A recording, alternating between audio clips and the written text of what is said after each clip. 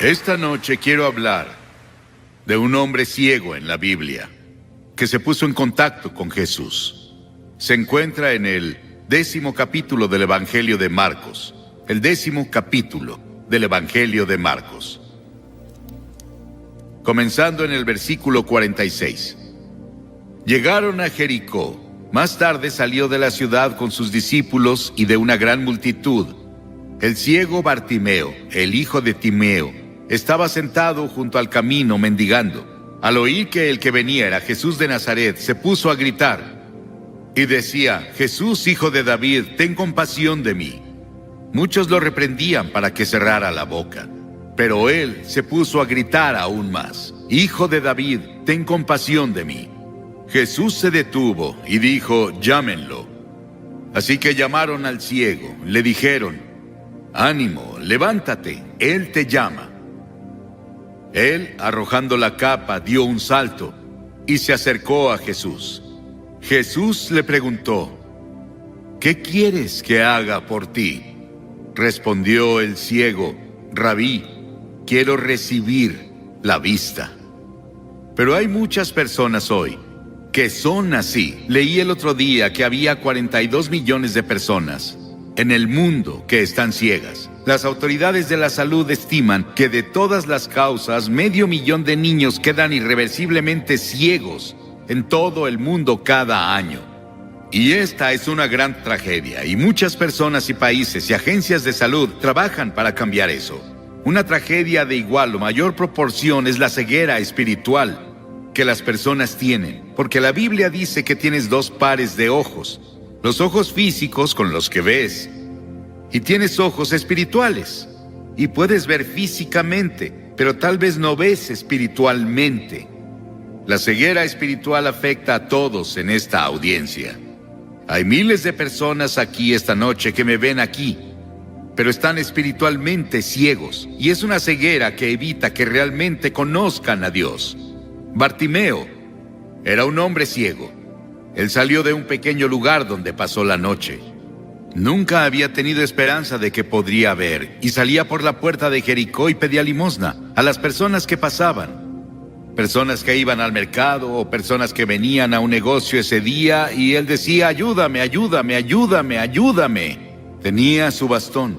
Él tenía un manto harapiento. Rogaba por pan a una mujer cuando pasó por su camino y le dieron leche. Y luego se sentó con otros ciegos también, y otros mendigos, y mendigaban, esperando que las personas les lanzaran un poco de dinero o les dieran algo. Entonces miro a Bartimeo y me veo a mí mismo, o te veo. La Biblia dice que él era ciego espiritualmente. Los líderes mundiales buscan a tientas. Escucho algunas cosas en televisión de algunos de nuestros líderes mundiales y me sorprende su ceguera espiritual.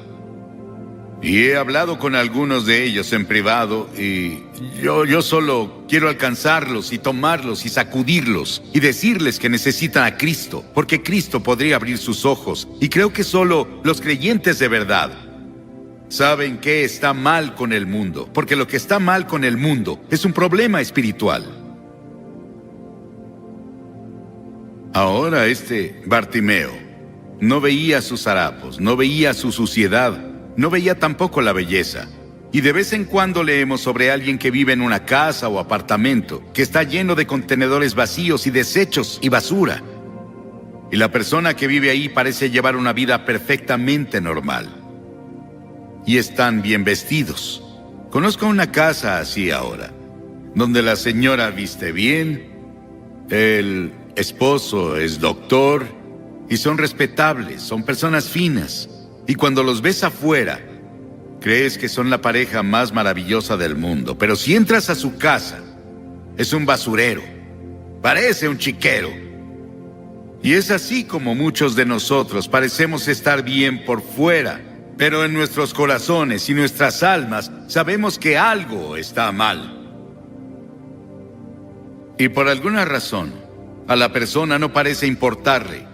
Las Escrituras dicen: pero el hombre natural es el hombre ordinario, el hombre antes de llegar a Cristo. No percibe las cosas que son del Espíritu de Dios, porque para él son locura, y no las puede entender, porque se han de discernir espiritualmente. Parece una locura que esté parado aquí y te diga que la razón por la que Jesucristo murió en la cruz hace 2000 años y resucitó de los muertos fue para tener un impacto en tu vida hoy y ahora, y darte una seguridad y paz y gozo que nunca has conocido jamás, y para ayudarte a resolver muchos de los problemas en las relaciones que enfrentas, y darte una carga por tu prójimo. Pero es cierto. Y algunas personas llaman a eso locura. La Biblia dice que la proclamación del Evangelio es locura para los que perecen. Estás cegado por el Dios de este mundo. ¿Y quién es el Dios de este mundo? Jesús lo llamó el diablo. Huestes en las regiones celestes, el príncipe de este mundo. Hay otra fuerza en este mundo. Y esa otra fuerza tiene poderes sobrenaturales también. Y esa otra fuerza es el diablo. Y hay un conflicto ahora, el conflicto de los siglos, entre las fuerzas de Dios y las fuerzas del diablo. Dirás, ¿por qué Dios permite eso? Es un gran misterio.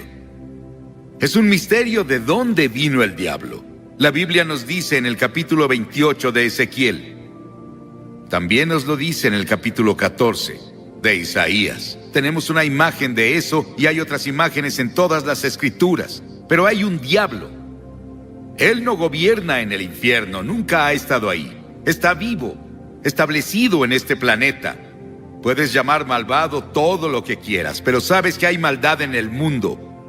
Todos sabemos que algo está mal, pero no sabemos qué. La Biblia nos dice que detrás de todo esto está el diablo. Dirás, ¿por qué Dios no mata al diablo y termina con eso? Pero un día Dios va a hacer justo eso. No va a matarlo, lo echará al lago de fuego. Pero ese día no llega aún. Aunque el diablo ya sufrió una gran derrota, hubo una gran victoria de Dios en la cruz. La cruz parecía una derrota para Dios, pero de hecho venció al diablo. Y tú y yo podemos entrar a la victoria que Cristo ganó en la cruz cuando llegamos a conocerlo. Pero luego, el Dios de este mundo ofuscó nuestros ojos están ciegos espiritualmente, y por eso solo el Espíritu Santo puede borrar esa ceguera que tus ojos tienen ahora. Y este hombre no solo era ciego, también era pobre. Leemos sobre la pobreza en el mundo hoy y nos rompe el corazón. Muchos sufrimos esta noche de pobreza espiritual. Y este hombre no solo era ciego y pobre, estaba indefenso. Bartimeo esperaba morir en su ceguera. Nadie podía sanar ese tipo de ceguera. Pero hubo un rayo de esperanza para Bartimeo. Bartimeo había oído muchos rumores de ese extraño de Galilea, que iba y venía por la región, sanando a personas, y ayudando a las personas y predicándoles. Y escuchó que se acercaba una gran multitud. Sus oídos eran muy agudos y él pudo oírlos. Oyó a los niños, oyó a las personas hablando con los demás. Y dijo, ¿qué sucede? ¿Qué sucede? Nadie le decía, y la gente se acercaba más y más, y asió la túnica de alguien que iba pasando. Y dijo, dime, ¿quién está pasando por aquí? Y ese extraño, que nadie conoce su nombre, se giró y dijo, Jesús de Nazaret está pasando. Y Bartimeo pensó, Jesús de Nazaret, he escuchado sobre él. He escuchado que sana a personas, que ayuda a las personas, tal vez pueda ayudarme. Sabes, solo hay algunas veces en nuestra vida que Jesús de Nazaret pasa y tenemos una oportunidad como la que tenemos hoy de recibirlo. Verán, muchos han estado orando y el Espíritu Santo ha estado trabajando y muchas personas han recibido a Cristo. Y qué gran hora y qué momento para estar aquí. Ese extraño le dio el mensaje. Jesús de Nazaret está pasando. Recuerdo la historia del director médico de Portugal, un antiguo director médico, e iba caminando por la calle un día y un pedazo de papel se pegó a su pie. Fue a casa, se lo quitó del zapato y lo miró y ya era un fragmento del Evangelio y decidió leerlo, lo leyó. Y para hacer el cuento corto, él se convirtió a Cristo y se volvió un gran líder cristiano y un gran maestro de la Biblia. Un testimonio simple como ese. Dios puede usar todas las cosas y por eso siempre debemos ser fieles al testificar, porque nunca sabes cuando esa mesera del restaurante o la persona que conociste en el trabajo, ellos ven tu vida, claro, para ver si lo respaldas con tu forma de vida. Jesús está pasando por Hamilton. Jesús está pasando en el Golden Horseshoe. Él puede estar pasando por tu hogar, puede estar pasando por el cuarto que ocupas en el hotel. Está pasando aquí al sur de Ontario. Y con desesperación Bartimeo gritó con todas sus fuerzas: Jesús, hijo de David, ten misericordia de mí, ten misericordia de mí. Y los otros mendigos dijeron: cierra la boca, cierra la boca. Los magistrados oirán sobre esto y vendrán a ponernos en prisión. Pero él siguió gritando. Este era su momento, su única oportunidad. Jesús estaba ahí y él iba a aprovecharlo. Y los otros dijeron: quieto, Bartimeo, ¿quién quiere oír sobre un pobre mendigo como tú? Pero entre más lo reprendían, más gritaba. Y quiero que notes varias cosas de esto. Primero, él clamó por lo correcto, él clamó por misericordia. Necesitaba otras cosas, pero lo que más necesitaba era a Cristo. Él necesitaba a Dios. Ten misericordia de mí, hijo de David. Ten misericordia de mí. Es lo que todos necesitamos esta noche, la misericordia de Dios. Misericordia. Cuando esté ante el propiciatorio de Cristo, no voy a decir: Señor, quiero justicia. Si quiero justicia, terminaré en el infierno. Quiero misericordia. Y Dios ofreció la misericordia desde la cruz. Y Él dijo: te perdonaré y te limpiaré de todo pecado que hayas cometido. No tendrás que enfrentar el juicio. Nunca peligrarás de ir al infierno si entregas tu vida a Jesucristo. Y lo primero que tienes que decir: soy pecador. Tienes que decirte eso a ti mismo y tal vez a otros. Como un alcohólico, antes de ayudar al alcohólico, debes estar dispuesto a decir: soy alcohólico. Antes de ayudar con la drogadicción, debes decir: soy drogadicto. Necesito ayuda. Y cuando llegas a Cristo, debes decir: soy un pecador, necesito ayuda. Y Señor Dios, por favor, ayúdame. Y la segunda cosa, no solo clamó por la cosa correcta, también le clamó a la persona indicada. Él clamó al Señor Jesucristo, el Hijo del Dios vivo, el único en todo el mundo que podía ayudarlo a estar bien. Y todas sus esperanzas estaban centradas en Él. La Biblia dice que ningún nombre es dado a los hombres por el que seamos salvados, salvo el nombre de Jesús. ¿A quién iremos? Tú tienes palabras de vida eterna. Jesús nos dice: soy el camino, la verdad y la vida. Nadie viene al Padre si no es por mí. Y ese hombre, Bartimeo, iba en el camino correcto. Él iba a la persona correcta.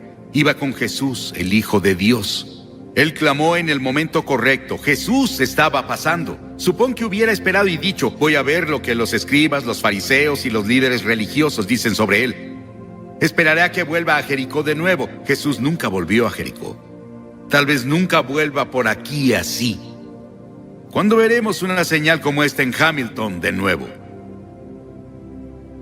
Ha pasado mucho tiempo desde que muchas personas vinieron a escuchar el Evangelio. Muchas personas trabajaron y oraron y creyeron como lo hicieron aquí, y las iglesias unidas y cooperando como lo hicieron. Y Dios ha estado hablando y muchas personas han encontrado a Cristo, y esta noche tú puedes encontrar a Cristo. No, Él lo llamó. En ese momento la Biblia dice: el que es reacio a las reprensiones será destruido de repente y sin remedio. Es decir, cuando escuchas el Evangelio y no haces nada al respecto, endurece tu corazón un poco más. Dios, el Espíritu Santo, continúa hablándote, pero no lo oirás, porque estás sordo. La Biblia dice: Efraín es dado a ídolos, déjalo. Llega un momento, no sé cuándo es o dónde es, pero es un momento donde ya no puedes seguir. Tu corazón es tan duro que incluso si Dios habla aún, no puedes oírlo. Ven ahora que estás teniendo esa oportunidad. El gran gobernador Félix tembló cuando Pablo estaba hablando sobre el Evangelio y dijo: puedes retirarte, Pablo. Cuando sea oportuno te mandaré llamar.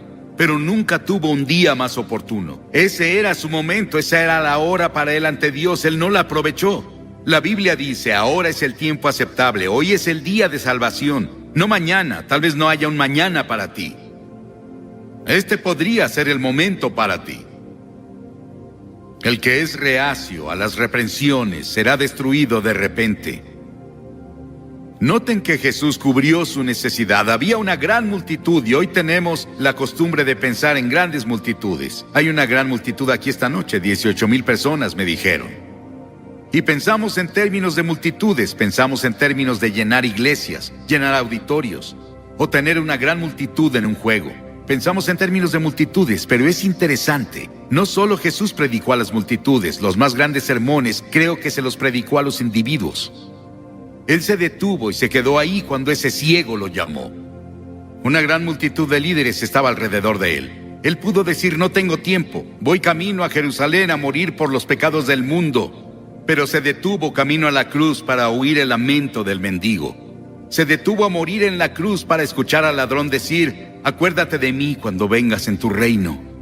Se detuvo cuando una mujer tocó su manto. Y Jesús se detiene por ti esta noche. Porque verás, te ve esta noche como si fueras la única persona en todo el mundo. Él no te ve como parte de esta gran multitud. Él te ve a ti como eres. Él conoce todos tus pensamientos y todas tus intenciones y todas las luchas que hay dentro de ti. Y la Biblia dice que Él te ama. Y Él murió por ti. Y si hubiera sido el único en todo el mundo, hubiera muerto por ti.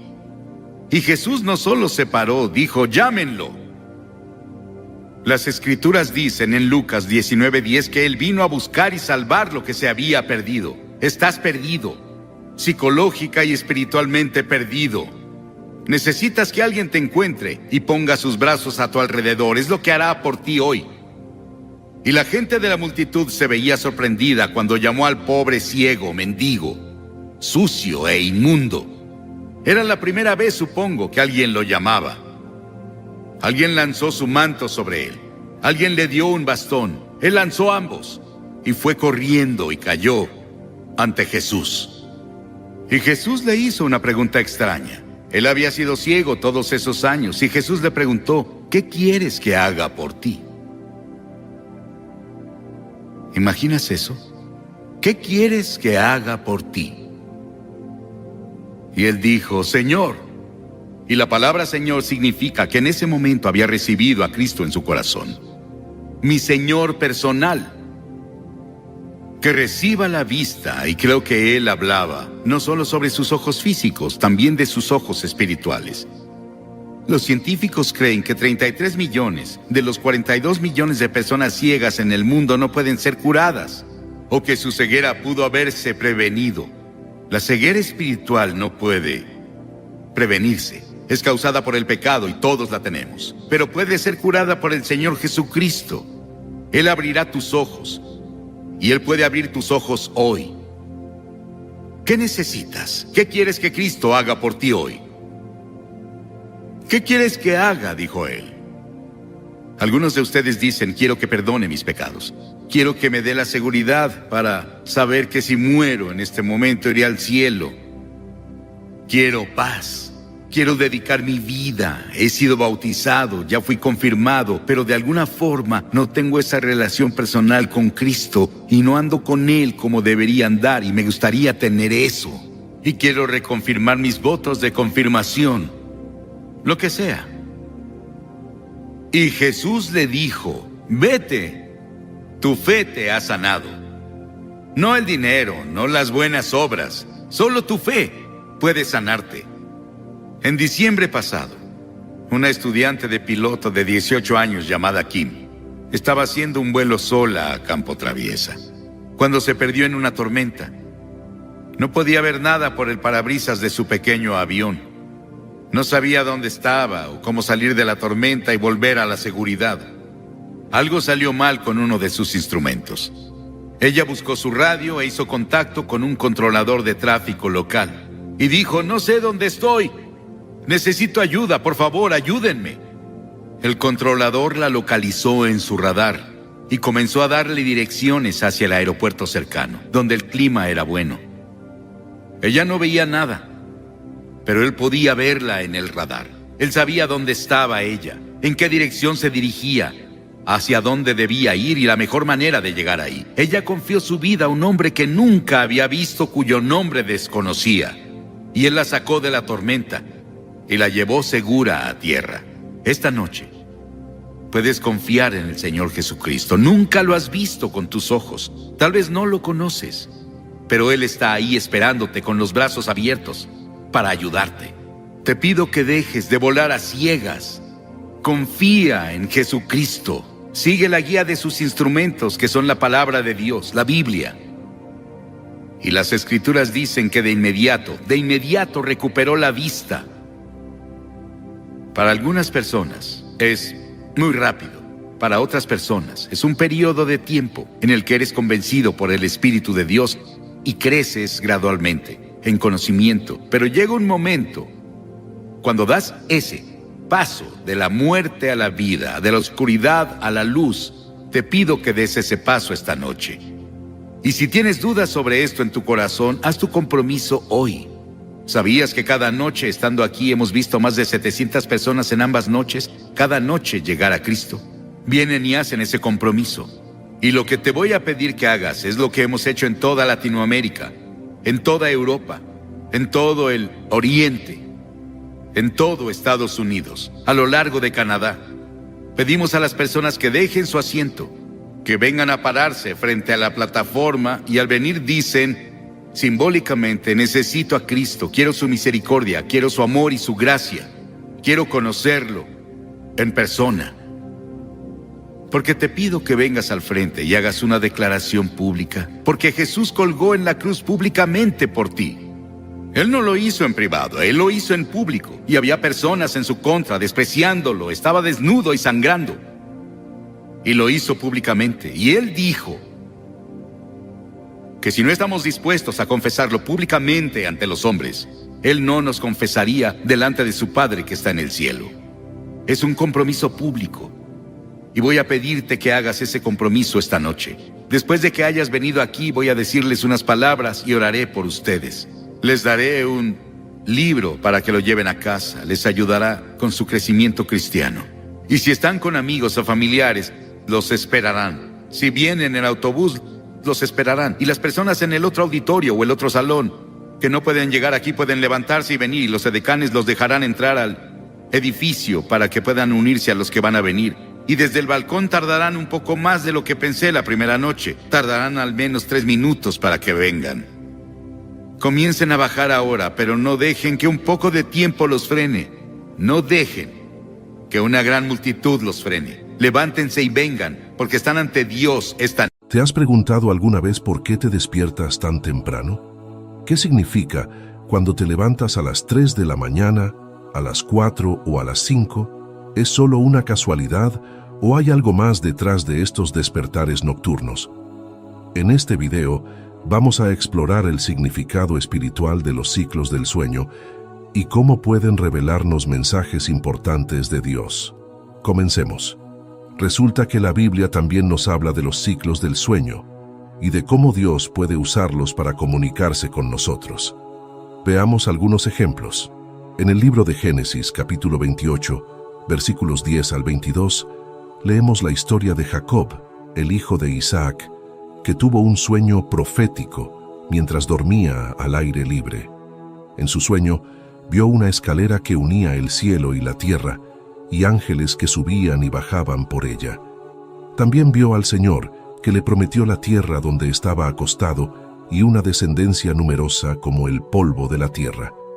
Al despertar, Jacob se dio cuenta de que había estado en un lugar sagrado y le puso por nombre Betel, que significa casa de Dios. También hizo un voto de fidelidad al Señor y le ofreció una 10ª parte de todo lo que poseía. La historia de Jacob y su sueño profético, en Génesis 28, 10, 22, es fundamental en el cristianismo por varias razones. Primero, muestra cómo Dios se comunica con sus hijos a través de visiones y sueños, revelando su voluntad y sus promesas. En este caso, el sueño de Jacob revela la conexión entre el cielo y la tierra, simbolizado por una escalera con ángeles ascendiendo y descendiendo.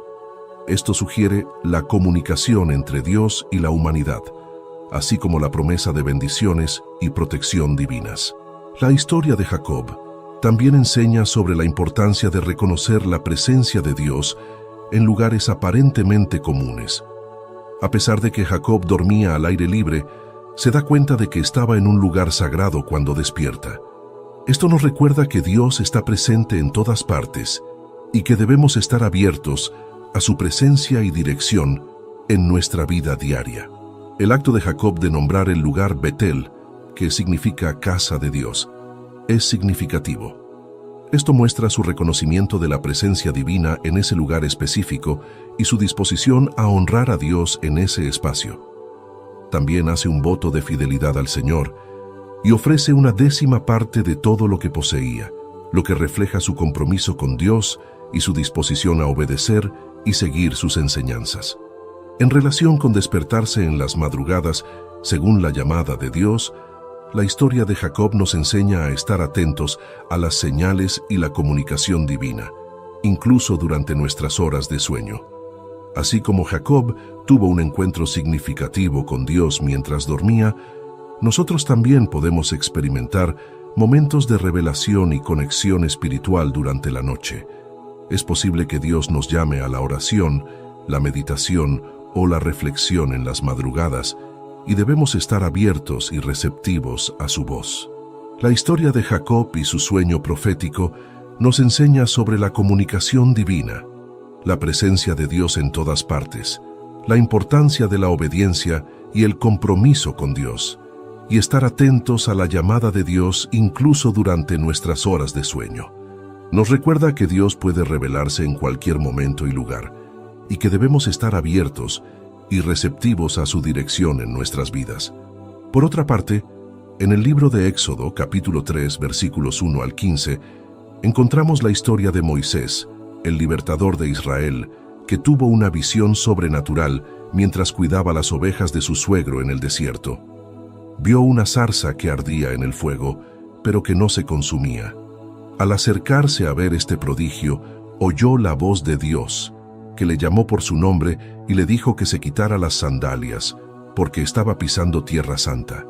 Dios le reveló su nombre, Yo Soy, y le encomendó la misión de liberar a su pueblo de la esclavitud de Egipto. La historia de Moisés y la zarza ardiente en Éxodo 3:1-15 es un relato emblemático en el cristianismo que ofrece valiosas lecciones sobre la relación entre Dios y la humanidad, así como sobre el llamado divino y la misión de los creyentes. En primer lugar, esta historia ilustra cómo Dios puede revelarse de manera sobrenatural incluso en los momentos más inesperados y en entornos aparentemente ordinarios como el desierto.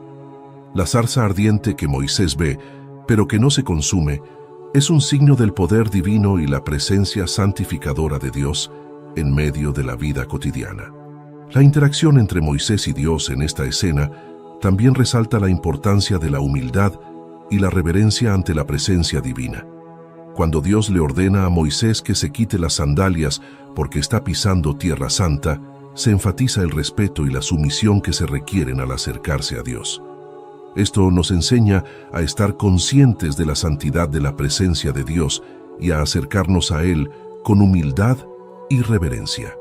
La revelación del nombre de Dios como Yo Soy es significativa, ya que subraya la eternidad, la omnipresencia y la autenticidad de Dios. Este nombre revela la naturaleza misma de Dios como el Ser Supremo, que siempre es, siempre ha sido y siempre será. Además, al confiar a Moisés la misión de liberar al pueblo de Israel de la esclavitud en Egipto, Dios demuestra su fidelidad y compromiso con su pueblo, así como su poder para cumplir sus promesas. Así como Moisés tuvo una experiencia sobrenatural en el desierto mientras cuidaba las ovejas, nosotros también podemos ser llamados por Dios en cualquier momento y lugar, incluso cuando estamos durmiendo. El siguiente caso lo encontramos en el libro de Daniel, capítulo 2, versículos 1 al 49. Leemos la historia de Daniel, el profeta de Dios, que tuvo la capacidad de interpretar el sueño del rey Nabucodonosor de Babilonia. El rey había tenido un sueño que le inquietaba, pero que no recordaba.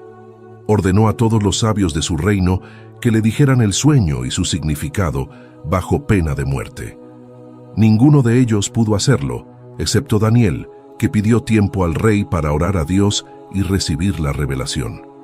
Dios le mostró a Daniel el sueño y su interpretación, que consistía en una gran estatua hecha de diferentes metales que representaba los imperios que dominarían el mundo, hasta la llegada del reino de Dios, que sería eterno.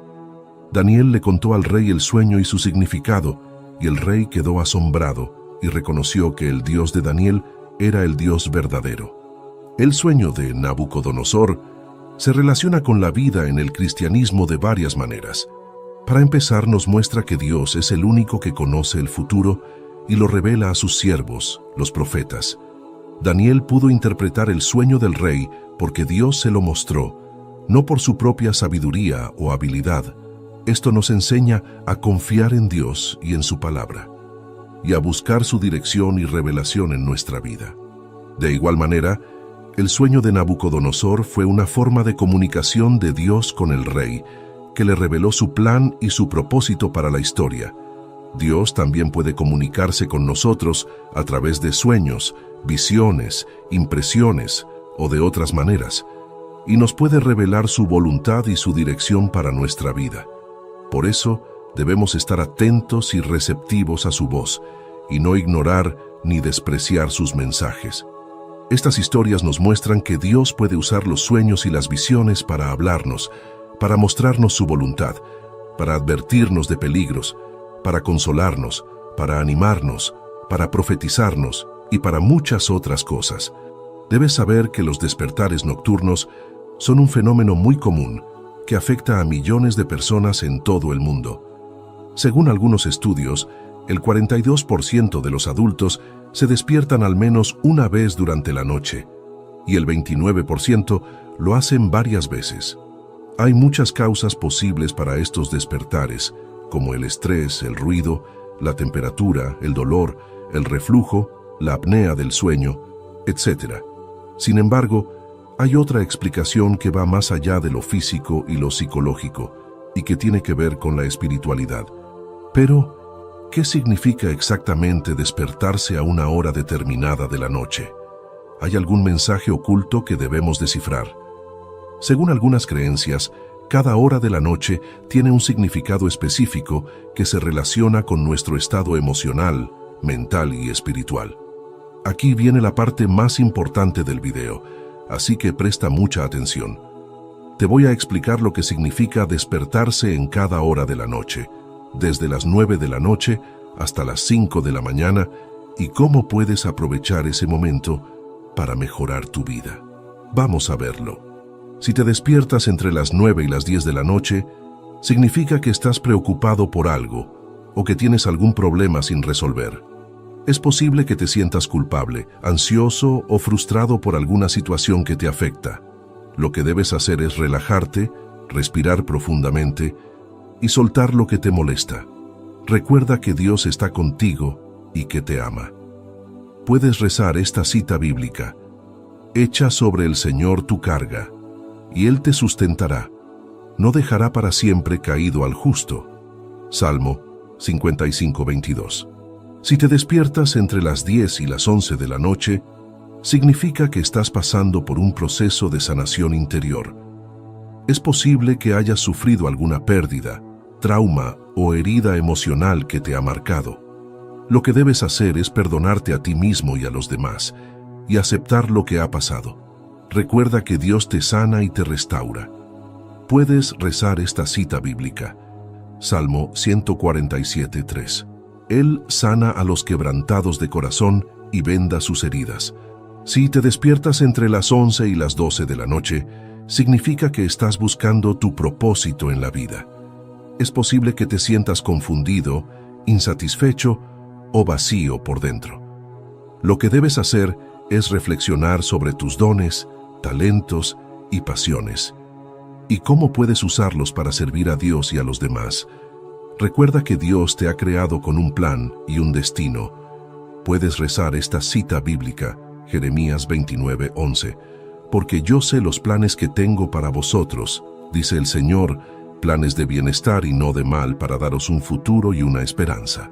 Si te despiertas entre las 12 y la 1 de la madrugada, significa que estás experimentando un despertar espiritual.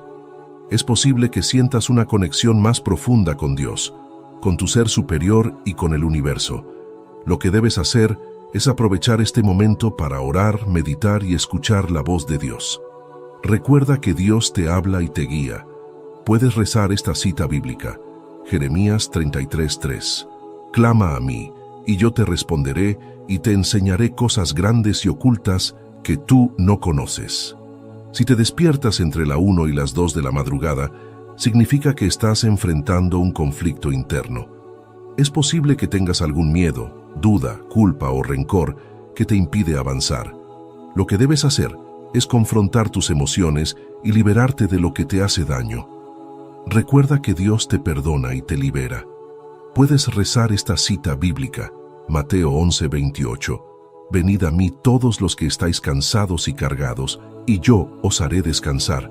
Esta cita también expresa la idea de confiar en Dios y dejar que Él nos alivie de nuestras preocupaciones y problemas. Dios nos invita a acercarnos a Él con humildad y fe, y nos promete darle reposo a nuestra alma. Si te despiertas entre las 2 y las 3 de la madrugada, significa que estás liberando energía negativa y toxinas de tu cuerpo. Es posible que hayas comido algo que te ha caído mal, que hayas bebido alcohol o que hayas estado expuesto a algún contaminante. Lo que debes hacer es beber agua, respirar profundamente y relajar tu mente. Recuerda que Dios te purifica y te renueva. Puedes rezar esta cita bíblica, Salmo 51:7. Lávame y seré más blanco que la nieve. Esta cita bíblica, que se encuentra en el Salmo 51:7, es una expresión poética que transmite un profundo anhelo de purificación y perdón. En este versículo, el salmista clama a Dios pidiendo ser limpiado y purificado de sus pecados, utilizando la metáfora de ser lavado. Al referirse a ser más blanco que la nieve, el salmista enfatiza el deseo de ser completamente purificado, hasta el punto de ser impecable y completamente libre de mancha espiritual. Si te despiertas entre las 3 y las 4 de la madrugada, significa que estás recibiendo una guía divina y una protección angelical. Es posible que tengas algún problema, desafío o decisión que te preocupe y que necesites ayuda. Lo que debes hacer es pedirle a Dios y a los ángeles que te iluminen y te acompañen. Recuerda que Dios te escucha y te responde. Puedes rezar esta cita bíblica, Isaías 41:10. No temas, porque yo estoy contigo. No desmayes, porque yo soy tu Dios que te esfuerzo. Siempre te ayudaré, siempre te sustentaré con la diestra de mi justicia. Si te despiertas entre las 4 y las 5 de la madrugada, significa que estás preparándote para un nuevo día y una nueva oportunidad. Es posible que sientas una motivación, una inspiración o una intuición que te impulse a actuar. Lo que debes hacer es agradecerle a Dios por el regalo de la vida y planificar tus metas y proyectos para el día. Recuerda que Dios te bendice y te prospera. Puedes rezar esta cita bíblica, Salmo 143:8. Por la mañana hazme saber de tu gran amor, porque en ti he puesto mi confianza. Señálame el camino que debo seguir, porque a ti elevo mi alma. Siéntete libre de regresar a ver esta parte del video cada vez que necesites saber el significado espiritual detrás de cada una de las horas en las que te despiertas. Ahora que ya sabemos que Dios puede hablarnos a través de los sueños y las visiones, ¿qué podemos hacer para aprovechar al máximo estos despertares nocturnos? Aquí te damos algunos consejos espirituales que te ayudarán a escuchar la voz de Dios y a crecer en tu relación con Él. Lo primero que debes hacer cuando te despiertas en la noche es orar. Aprovecha ese momento de silencio y tranquilidad para hablar con Dios, agradecerle por su amor y su cuidado, pedirle perdón por tus pecados, interceder por tus necesidades y las de otros, y alabarle por sus obras y sus promesas. La oración es la forma más directa y poderosa de comunicarnos con Dios, y Él siempre está dispuesto a escucharnos y a responder. La Biblia nos dice en 1 Tesalonicenses 5:17 que oremos sin cesar, y en Filipenses 4:6 que no nos angustiemos por nada, sino que en todo, con oración y ruego, presentemos nuestras peticiones a Dios. Lo segundo que debes hacer cuando te despiertas en la noche es meditar en la palabra de Dios. La palabra de Dios es la fuente de verdad, de sabiduría, de consuelo, de esperanza, de corrección y de instrucción. Es el alimento espiritual que necesitamos para fortalecer nuestra fe y nuestra obediencia. La palabra de Dios también es la espada del Espíritu que nos ayuda a combatir las mentiras y las tentaciones del enemigo. La Biblia nos dice en Josué 1:8 que meditemos en la palabra de Dios de día y de noche, y en Salmos 119:105 que la palabra de Dios es una lámpara a nuestros pies y una luz a nuestro camino. Lo tercero que debes hacer cuando te despiertas en la noche es escuchar la voz de Dios. Dios puede hablarnos de muchas maneras, a través de los sueños, las visiones, las impresiones, los pensamientos, las emociones, las circunstancias, las personas, la naturaleza y otras formas que solo Él conoce. Lo importante es que estemos atentos y receptivos a su voz, que la reconozcamos y que la obedezcamos. La Biblia nos dice en Juan 10:27 que las ovejas de Jesús oyen su voz, y Él las conoce, y ellas le siguen. Estos son algunos de los consejos espirituales que te pueden ayudar a aprovechar los despertares nocturnos para conectarte con Dios.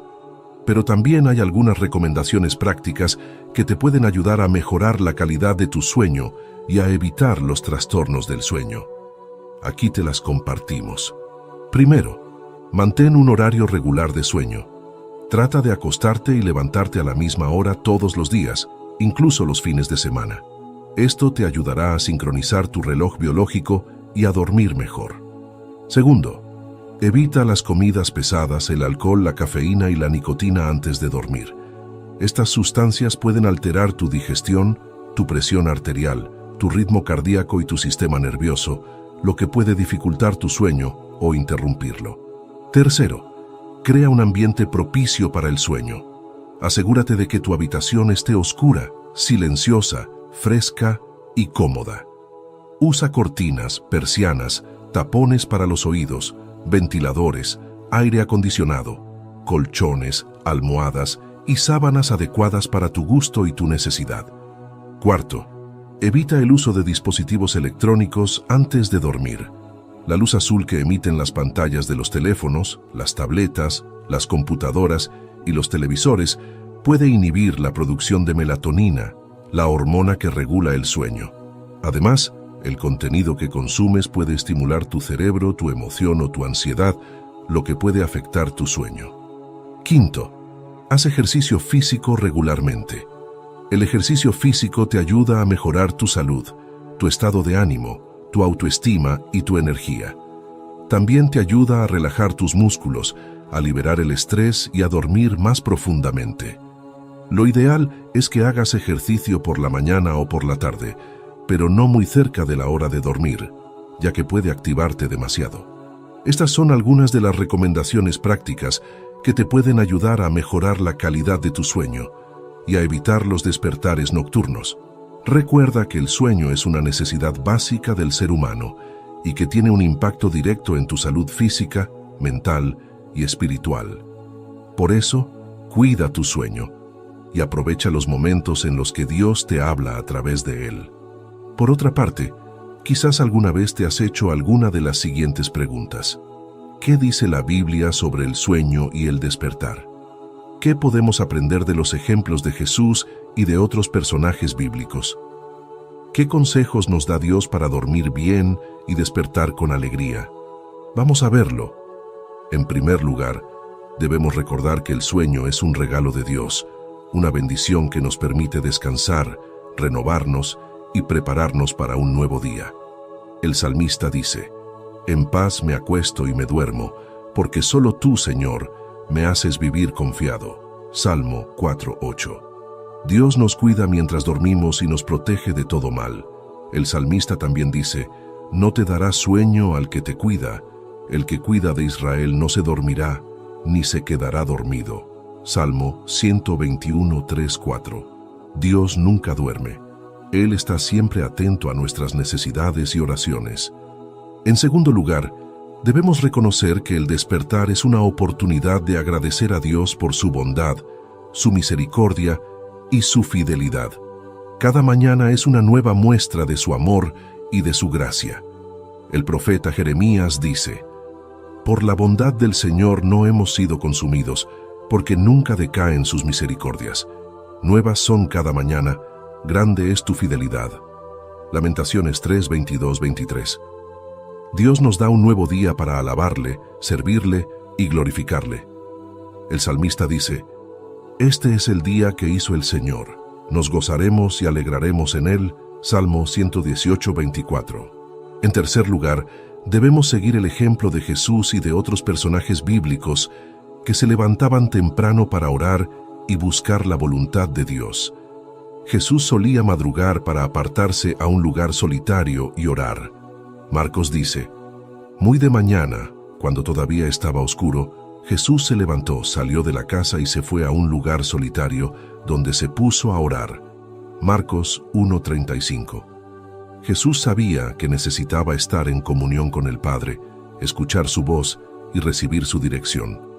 Otros personajes bíblicos que se levantaban temprano para orar eran Abraham, Moisés, David, Daniel, etc. Ellos entendían que el despertar era un momento especial para conectarse con Dios y recibir su bendición. En cuarto lugar, debemos aplicar los consejos que nos da Dios para dormir bien y despertar con alegría. Algunos de estos consejos son: primero, confía en Dios y entrégale tus preocupaciones. La Biblia dice: Echa sobre el Señor tu carga, y Él te sostendrá. No dejará para siempre caído al justo. Salmo 55:22.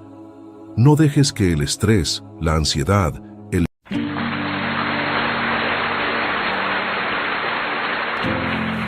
Y esta noche quiero hablarles acerca de las riquezas verdaderas.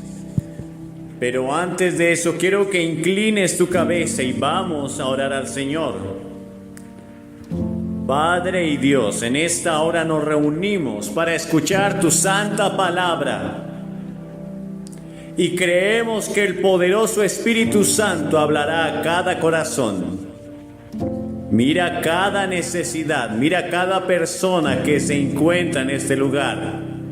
Algunos con necesidades espirituales, emocionales y físicas. Te pedimos que hoy toques cada vida y que hables a sus corazones y puedas obrar en medio de cualquier situación. Te lo pedimos, Padre, en el nombre santo de Jesús. Y nos reunimos hoy para explorar una historia poderosa que se encuentra en los evangelios y nos enseña una lección de vida valiosa sobre las riquezas verdaderas. En Marcos 10:17, el evangelio de Marcos, capítulo 10, verso 17 hasta el verso 27.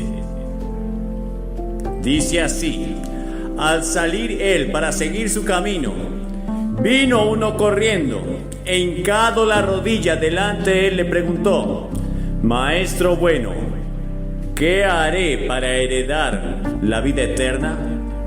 Jesús le dijo: ¿Por qué me llamas bueno? Ninguno hay bueno, sino solo uno, Dios. Los mandamientos sabes: no adulterarás, no matarás, no hurtarás, no dirás falso testimonio, no defraudarás, honra a tu padre y a tu madre. Él entonces respondiendo le dijo: Maestro, todo esto lo he guardado desde mi juventud. Entonces Jesús mirándole le amó y le dijo: una cosa te falta, anda, vende todo lo que tienes y dalo a los pobres, y tendrás tesoro en el cielo, y ven y sígueme tomando tu cruz. Pero él, afligido por esta palabra, se fue triste, porque tenía muchas posesiones. Entonces Jesús, mirando alrededor, dijo a sus discípulos: cuán difícilmente entrarán en el reino de Dios los que tienen riquezas. Los discípulos se asombraron de sus palabras, pero Jesús respondiendo volvió a decirles: hijos, cuán difícil les es entrar en el reino de Dios. a los que confían en las riquezas. Más fácil es pasar un camello por el ojo de una aguja que entrar un rico en el reino de Dios. Ellos se asombraron aún más, diciendo entre sí: ¿quién pues podrá ser salvo? Entonces Jesús, mirándolos, dijo: para los hombres es imposible, mas para Dios no, porque todas las cosas son posibles para Dios. Encontramos la historia de un joven rico que se acercó a Jesús con una pregunta fundamental: Maestro bueno, ¿qué haré para heredar la vida eterna?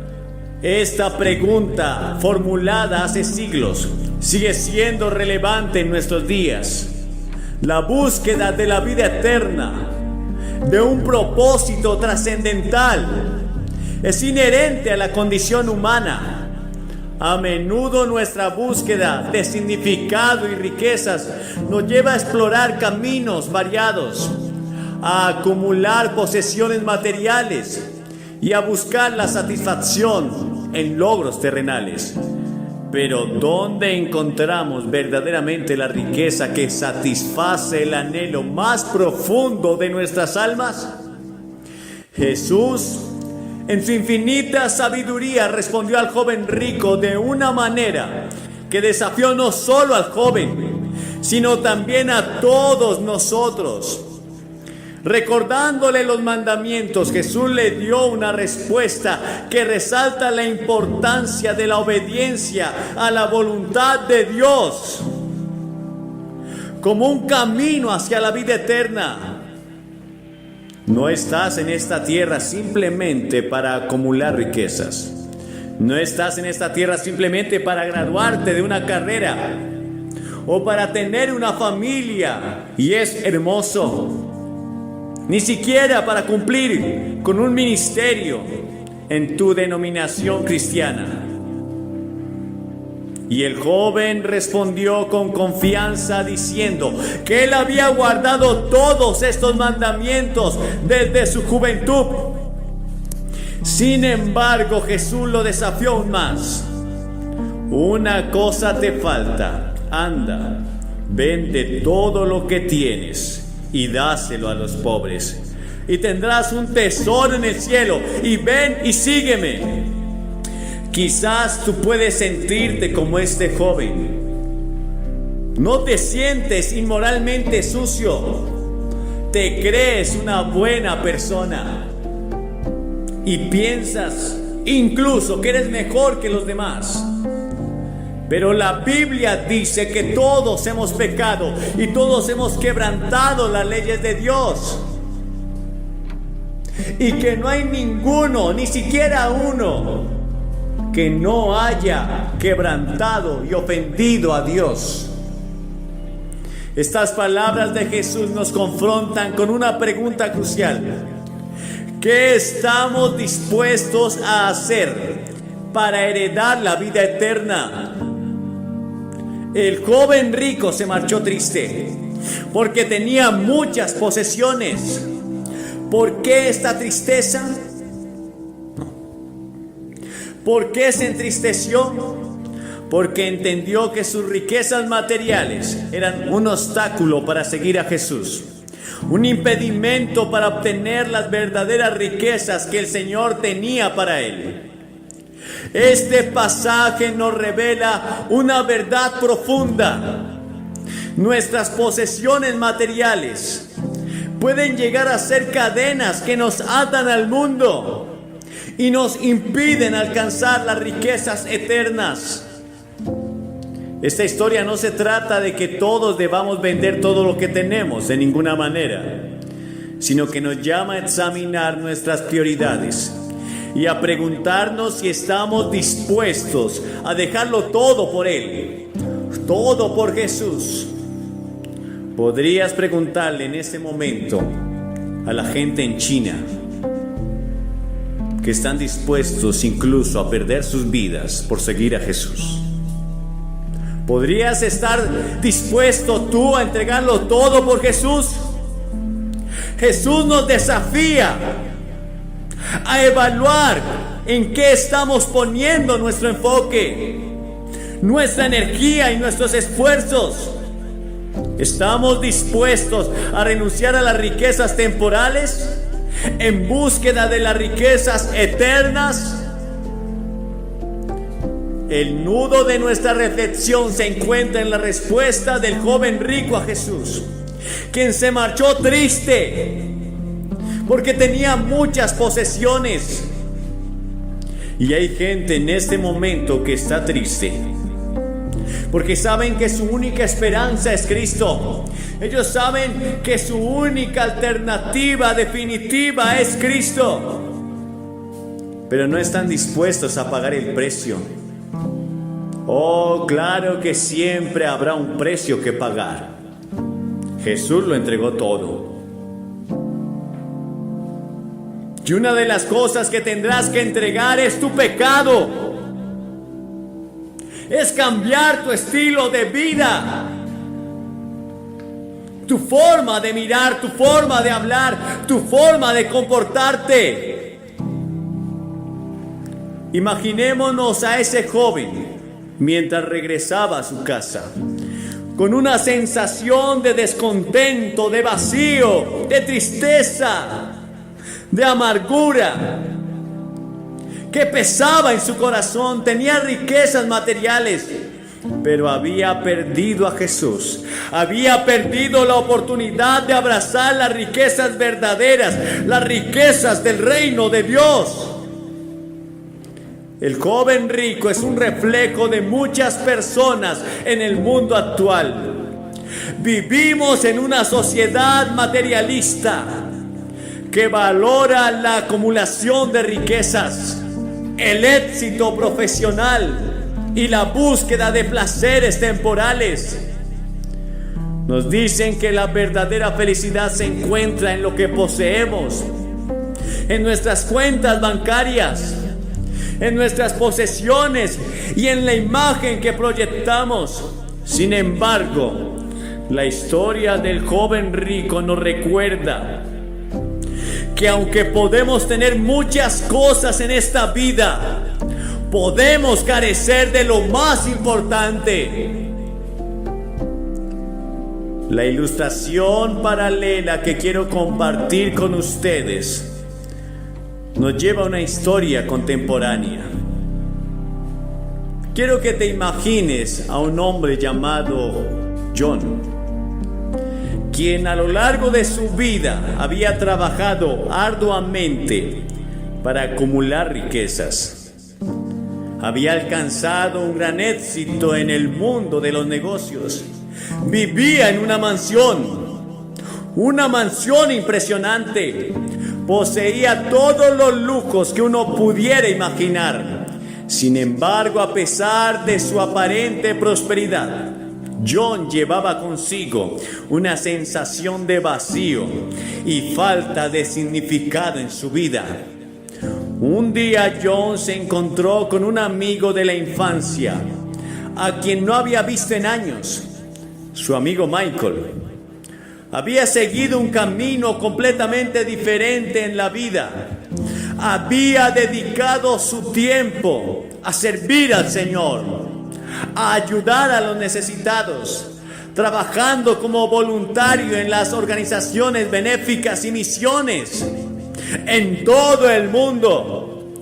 A pesar de no tener las riquezas materiales que John poseía, Michael irradiaba una alegría y satisfacción profundas. John quedó perplejo por la diferencia entre sus vidas. Comenzó a reflexionar sobre su propia existencia y se dio cuenta de que, a pesar de sus posesiones, se sentía insatisfecho. Recordó la historia del joven rico que se acercó a Jesús y comprendió que de alguna manera él también era un joven rico. Había acumulado riquezas materiales, pero había descuidado las riquezas verdaderas. John tomó una decisión radical. comenzó a donar una parte significativa de su fortuna en las organizaciones benéficas y en las misiones. Y se unió a su amigo Michael en su labor de predicar el Evangelio. A medida que se involucraba a ayudar a los necesitados, a servir a los demás, descubrió una satisfacción y un propósito que nunca había experimentado antes en su vida. Se llenó de sentido y de alegría. ¿Sabes? No hay nada en este mundo que se compare con la alegría de servir a Dios y a sus propósitos. No hay nada en este mundo que se compare con estar con el Señor. Y esta historia nos muestra que las riquezas verdaderas no se encuentran en la acumulación de posesiones materiales, sino en el servicio desinteresado, en la compasión por los menos afortunados, en la búsqueda de un propósito trascendental. Es un recordatorio de que a pesar de las presiones de la sociedad por acumular riquezas temporales, debemos priorizar las riquezas eternas que se obtienen al vivir en conformidad con la voluntad de Dios. Pero ahora quiero que exploremos cómo podemos comenzar a acumular riquezas verdaderas en nuestras vidas, independientemente de nuestras circunstancias materiales. Hemos explorado hoy la profunda lección contenida en la historia del joven rico que se acercó a Jesús. Una historia que trasciende el tiempo y sigue resonando en nuestros corazones. Nos ha recordado que en nuestra búsqueda de significado y riquezas, a menudo descuidamos lo más valioso, la relación con nuestro Señor y Salvador, y las riquezas eternas que solo Él puede ofrecer. La tristeza que sintió el joven rico al enfrentar la elección entre sus posesiones materiales y seguir a Jesús es una emoción que muchos de nosotros también hemos experimentado en diferentes formas. Nos hemos sentido atrapados en la carrera interminable por la acumulación de bienes terrenales, creyendo erróneamente que la verdadera satisfacción se encuentra en lo que poseemos. Sin embargo, la lección de esta historia es clara. Las riquezas verdaderas no se miden en términos de posesiones materiales, sino en una relación con Cristo y en vivir de acuerdo a su voluntad. Y la historia de John, quien descubrió el vacío en su vida a pesar de sus posesiones, es un recordatorio de que esta lucha es real en el mundo de hoy. A menudo nos encontramos atrapados en el deseo de acumular y acumular riquezas temporales, mientras que nuestra alma anhela las riquezas eternas que solo Cristo puede brindar. La historia de John nos demuestra que es posible cambiar nuestro enfoque, priorizar lo eterno y encontrar un propósito y satisfacción más profundos en el servicio desinteresado y en la búsqueda del reino de Dios. Por lo tanto, los insto a todos ustedes a hacer una elección hoy, a aceptar a Jesús en sus corazones como la riqueza verdadera y eterna que anhelemos. Él es el único que puede llenar ese vacío en nuestros corazones y vidas.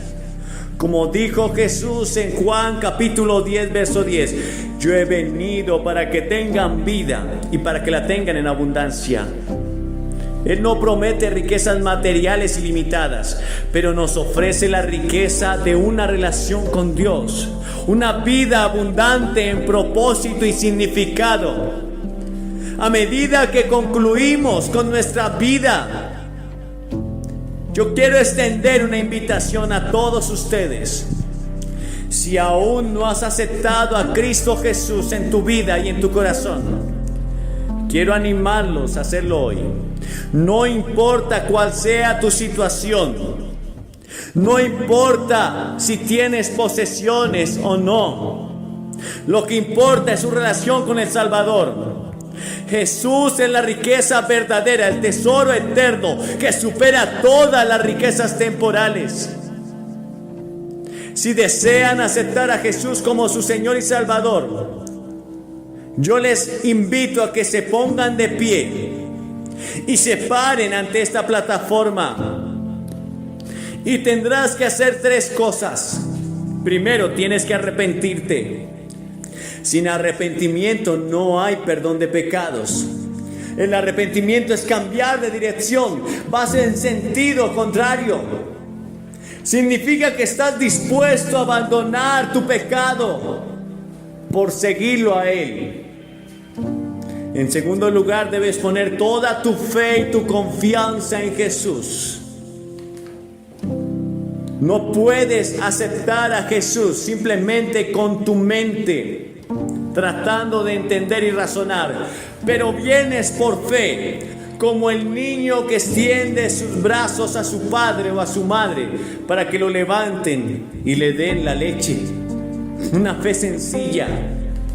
Pones toda tu fe y tu confianza en el Salvador. Y tercero, tendrás que venir y públicamente aceptar a Cristo delante de todos estos testigos. ¿Por qué te pido que lo hagas públicamente? Porque Jesús públicamente fue expuesto al martirio y a la muerte. Fue azotado y herido, ultrajado, injuriado. La chusma deliraba sobre él. Y Él no se avergonzó de ti. Y Él dice que si tú te avergüenzas de Él, Él entonces no podrá confesarte delante del Padre y sus ángeles. Vienes y te pones de pie ante esta plataforma. Y al venir dices: yo quiero aceptar a Cristo en mi corazón. Él no te está pidiendo tus riquezas. Por el contrario, Él quiere enriquecerte. Él quiere enriquecer tu corazón. Pero si está pidiendo tu corazón, no puedes servir a 2 señores. No puedes servir a Dios y al materialismo. Tendrás que elegir. Y si decides no venir, habrás hecho una elección. Y quizás sea la última oportunidad que tengas en tu vida. No hace mucho, en una de nuestras cruzadas, un joven que estaba haciendo su curso de conducción le pidió a su maestro que lo dejara en la cruzada. Y él entró y ubicó a su familia. Luego, después de escuchar el mensaje, decidió pasar al frente y recibir a Cristo luego de la invitación. Una semana después, un puente cayó sobre él. Era la última oportunidad que tenía y no la desperdició. ¿Qué hubiera pasado si él no hubiera entrado? ¿Qué hubiera pasado si se hubiera ido de la cruzada sin venir y aceptar a Jesús? La última oportunidad que tenía la había desperdiciado. Te pido que lo hagas esta noche, porque nunca se sabe cuándo vas a tener que enfrentarte con tu Dios. Está establecido para los hombres que mueran una sola vez y después de esto el juicio. Te levantas y vienes. No importa tu condición. Él extiende sus brazos hacia ti simplemente para abrazarte y decirte: te amo. Desde esa cruz Él grita: te amo. Te amo. Y eso es todo lo que importa. Y tú que estás oyendo, que estás viendo este video, no importa en el lugar que estés y en la situación que estés. No importa si aún puedes estar en un bar embriagándote. No importa que puedas estar haciendo algo terriblemente perverso y malo. Pero el Señor permitió que escucharas esto, porque Él te está hablando y Él te llama. Acepta a Jesús en tu corazón. Él transformará tu vida. Él se encargará de tu vida. No tienes que hacer sencillamente nada. Él se encargará de ti, pero tienes que aceptarlo. para que Él pueda obrar. Te levantas y vienes. Cientos de ustedes ahora.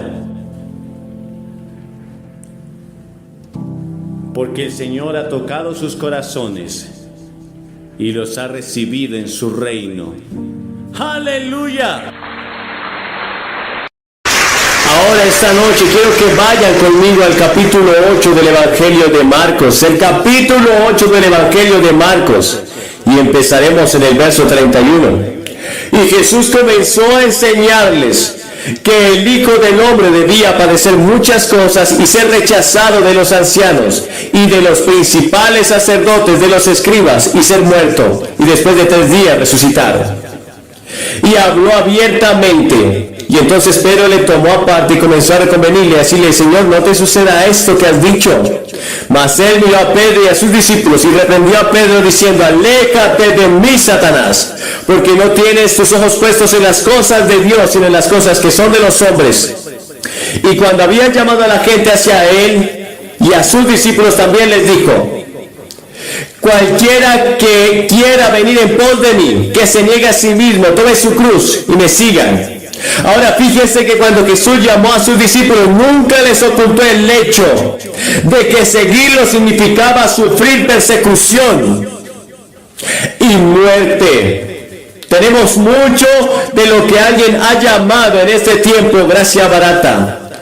Fácil de seguir a Cristo, fácil de ir a la iglesia.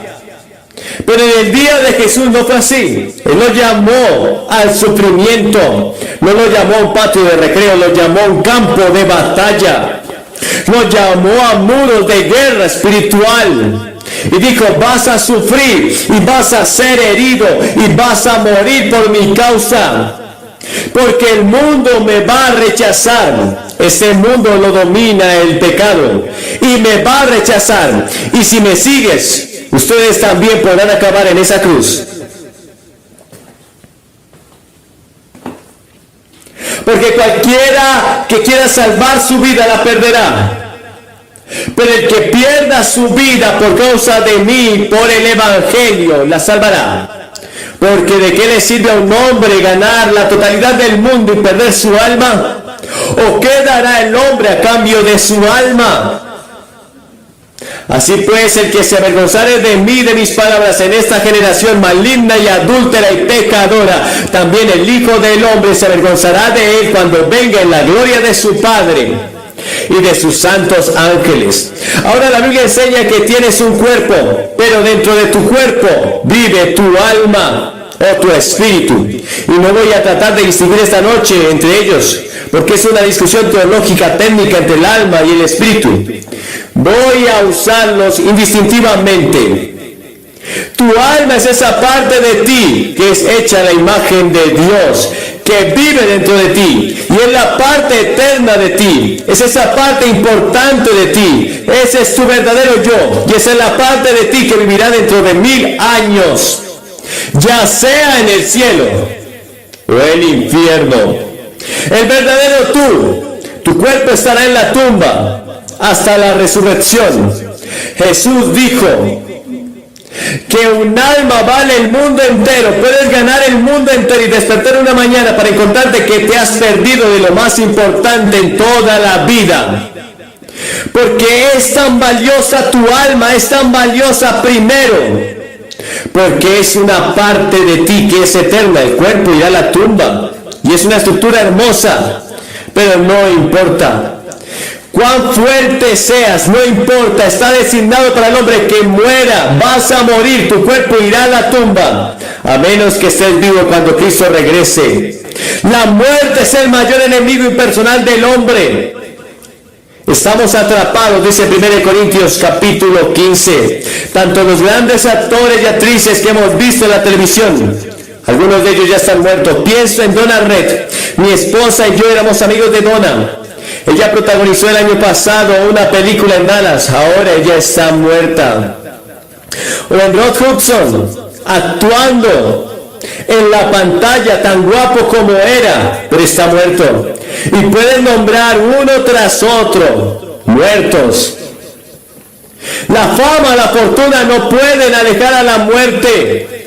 Howard Halkett era posiblemente el hombre más rico de los Estados Unidos cuando murió, pero tuvo una muerte horrible y una vida miserable hacia el final de su vida. A muchas personas les gusta eso y de alguna manera piensan que vivirán para siempre. Les dices a los jóvenes que la vida es corta, luego sonríen y dicen, sí, pero tengo al menos 30 o 40 años aquí. Déjame decirte que es así de breve. Alguien me preguntó en un cumpleaños, y no te voy a decir qué cumpleaños era, pero me dijeron, cuando llegaste a los 65 años, ¿cuál fue tu mayor sorpresa? Y yo respondí, la brevedad de la vida.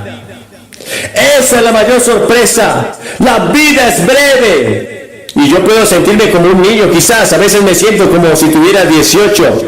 Pero otra vez mi cuerpo me recuerda a mi verdadera edad.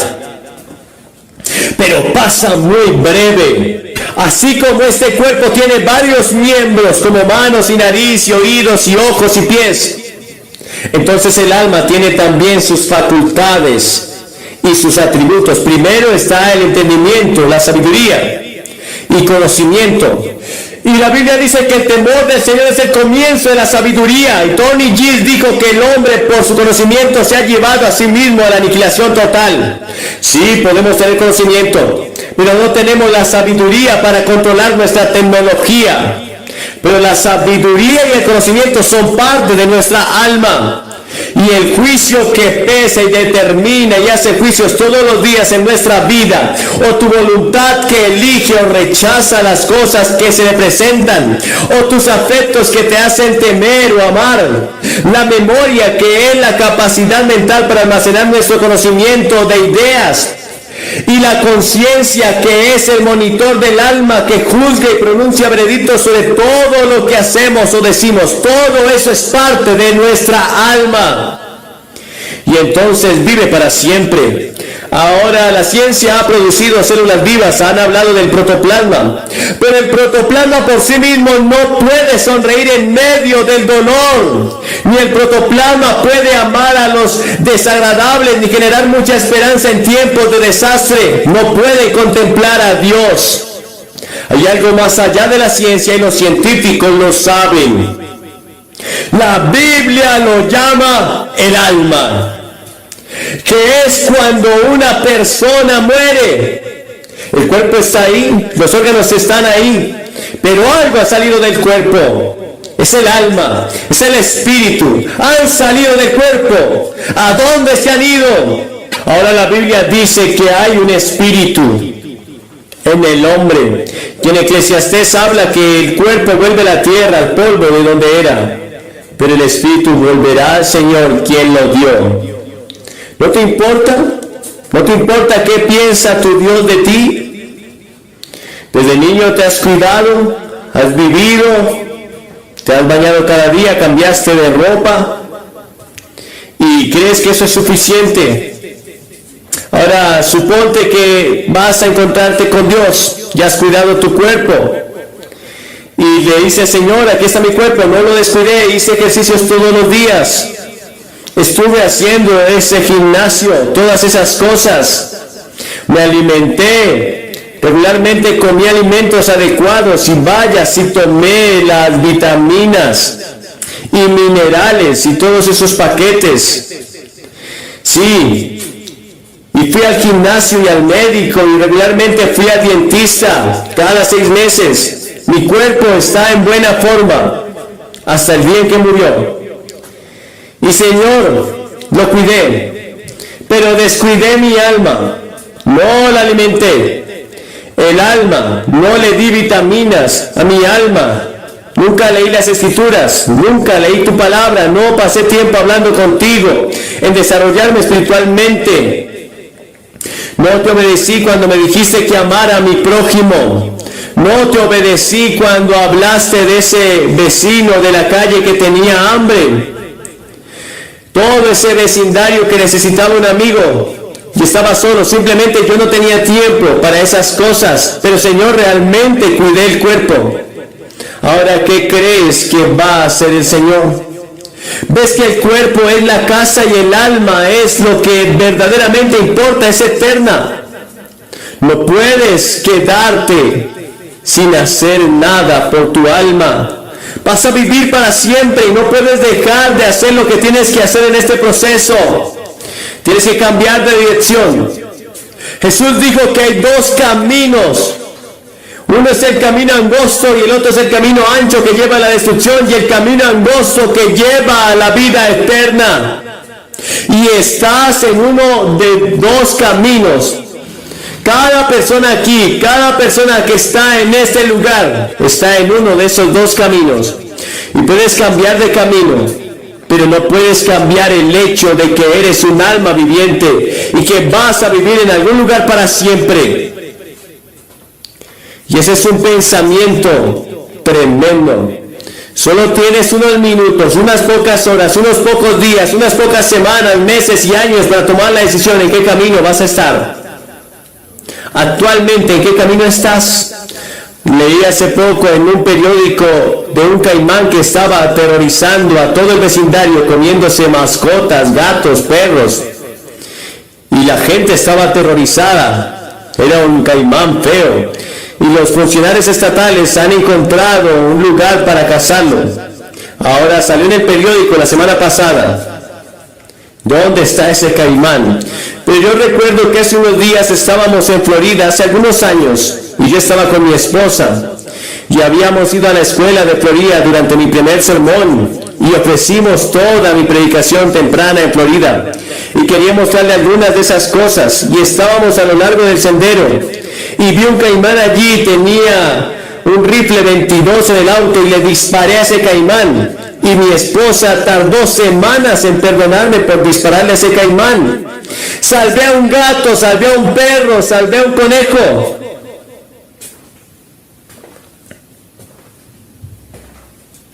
Pero mi esposa tiene un corazón muy tierno por los caimanes.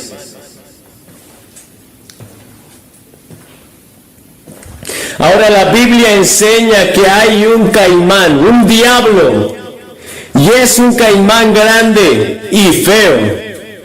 Y el apóstol Pedro dijo que el diablo es un león rugiente que camina buscando a quien devorar. Encuestas recientes, el 70% de los estadounidenses dijo que ellos creían que había un diablo, que era una persona. Ahora las escrituras enseñan que Dios está construyendo un reino y tú y yo estamos trabajando en su reino. Esta noche estoy trabajando para el reino de Dios.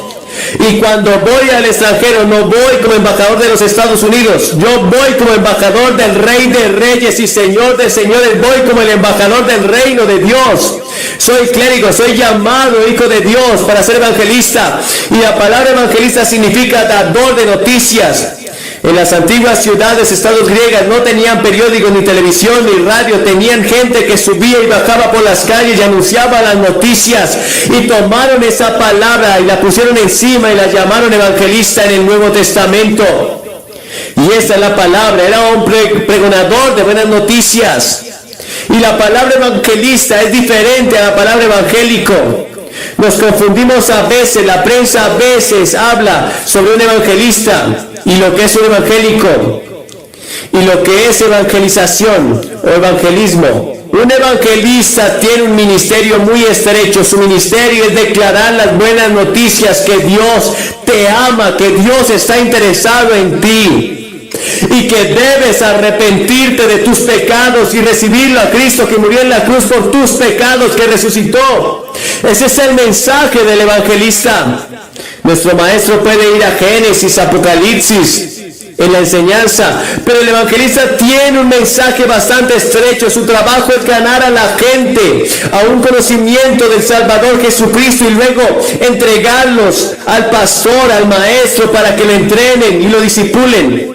Ahora el evangelista también puede ser un maestro y un capacitador, y tratamos de hacerlo en todas estas cruzadas, en la preparación durante meses y el seguimiento durante meses para que intentemos hacer algo. Tratamos de ayudar a las iglesias. Por lo tanto, donde quiera que vayamos, estamos patrocinados por las iglesias y trabajamos e integramos este trabajo con las iglesias, y después de que terminan las reuniones continuamos en su corazón. y trabajando por la iglesia. Pero Dios está construyendo su reino, pero también Satanás construye su reino y tiene sus emisarios. Y la escritura dice en Mateo 13, Jesús dijo, y cuando alguno oye la palabra del reino y no la entiende, entonces viene el maligno y la arrebata. Es la semilla que fue sembrada junto al camino. Puedes escuchar la palabra de Dios esta noche y mientras te vas, el diablo está trabajando para tratar de arrebatarte esa semilla y que no eche raíces. Ahora el campo es el mundo, la buena semilla son los hijos del reino, pero las cizañas son los hijos del diablo, del enemigo que lo sembró es Satanás. Sí, hay un enemigo y es el diablo. Había un periodista deportivo que escribió el otro día que una superestrella del béisbol estaba dispuesta a vender su alma al diablo. Muchas personas han vendido su alma al diablo y muy barato. También decidieron rechazar a Cristo, rechazar a Dios y simplemente salir y pasar un buen rato. Los placeres de este mundo han sido demasiado fuertes para ti, o tal vez las presiones de la vida han sido demasiado fuertes y te han rendido. Y luego, en tercer lugar, tu alma es valiosa debido a la preocupación de Dios.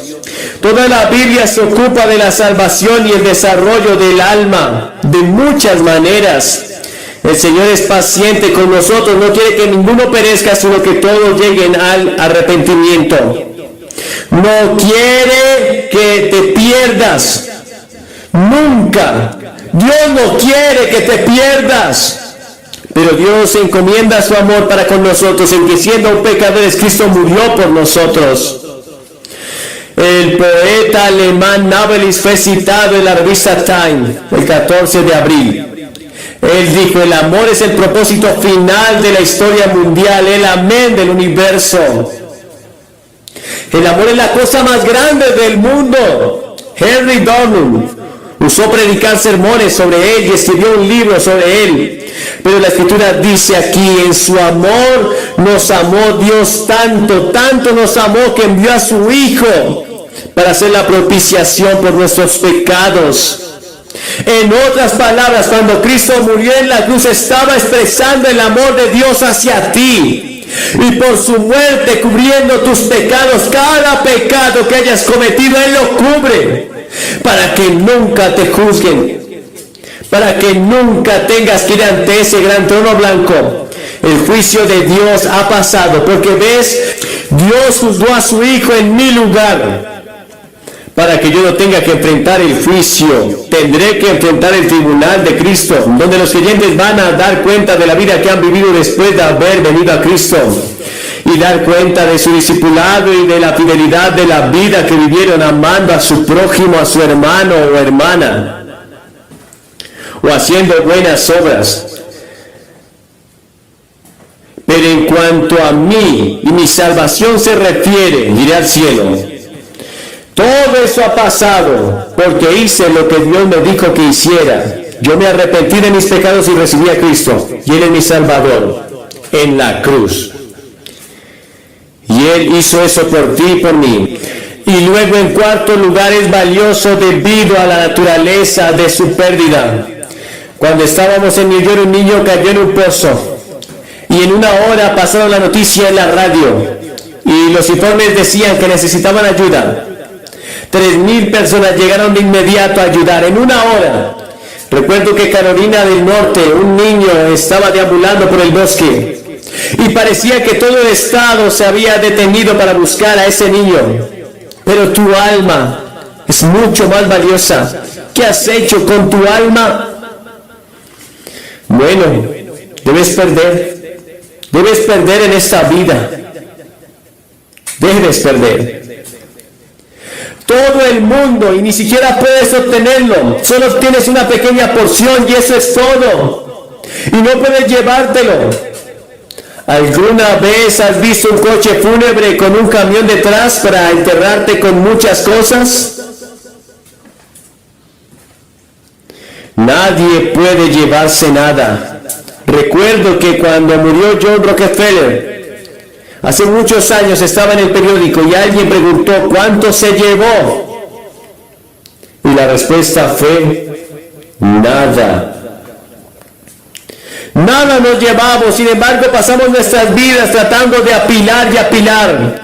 Incluso si lo tienes todo, no trae paz y felicidad ni alegría, no ayuda en tiempos de problemas. Uno de los mensajes de las canciones de los cantantes populares en Estados Unidos es: no estoy preparado para la eternidad. ¿Estás preparado? Y luego pierde la vida por venir. Hay una canción que dice que el único infierno que hay está aquí y ahora. Pues no es cierto.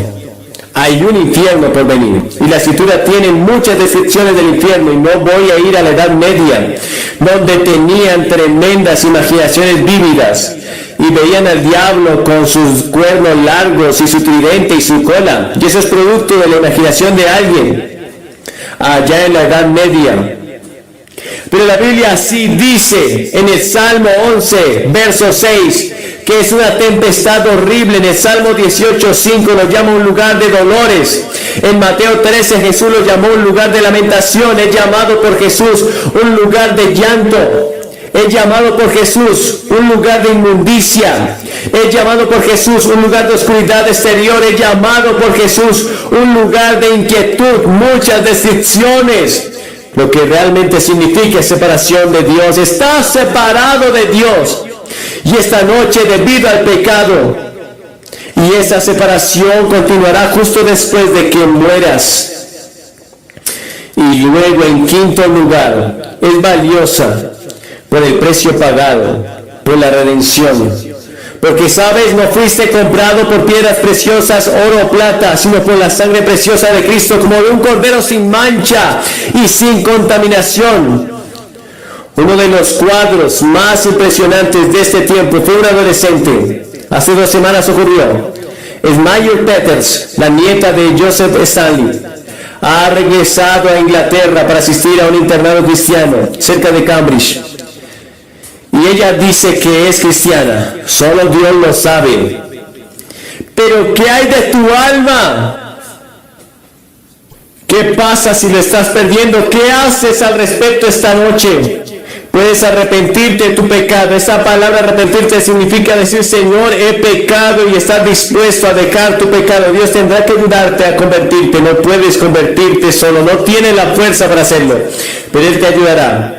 Escuché la historia hace unos años sobre un malabarista famoso de Inglaterra, y había hecho una gran fortuna, y puso todo el dinero comprando un diamante, uno de los diamantes más grandes del mundo. Y decidió que se retiraría en su casa de Italia, y estaba a bordo de un barco que cruzaba el Atlántico. Y un día llegó un niño con unas naranjas y estaba jugando allí. Y él tomó las naranjas y dijo: déjame hacer eso. Y comenzó a jugar con las naranjas y reunió a una gran multitud alrededor. Y se le subió la fama a la cabeza y dijo: esperen, voy a sacar algo muy importante. Y sacó un gran diamante y comenzó a tirarlo hacia arriba, y todo el mundo estaba maravillado. Pero alguien le dijo: oye, es todo lo que tienes, no hagas eso, deja de lanzarlo. Puedes perderlo y perder todo lo que tienes, no lo hagas. Has trabajado toda tu vida por ello. Pero él no hizo caso y siguió tirándolo. De repente el barco golpeó contra algo, tiró con fuerza, y el diamante se le cayó al mar. Y perdió todo en un instante, efectivamente. Perdió todo lo que tenía. No pudo atraparlo. Y se hundió en el Atlántico y perdió los ahorros de toda su vida. Y eso es lo que algunos de ustedes están haciendo con su alma. Están haciendo malabares, esperando que atrapen. Piensan que algún día van a tener algún lugar donde arreglarán cuentas con Dios. Y piensan que pueden hacerlo, pero simplemente no va a ser así. Dios no puede ser burlado. No postergues una vez más lo que puedes perder para siempre. Este es el tiempo en que puedes arrepentirte. Debes arrepentirte ahora. Es un tiempo de decisión muy importante en tu vida. Debes considerar lo que hoy vas a hacer. Es un paso decisivo. Tu vida nunca más será igual. Te pido que tomes esta noche la decisión de decir sí a Jesucristo.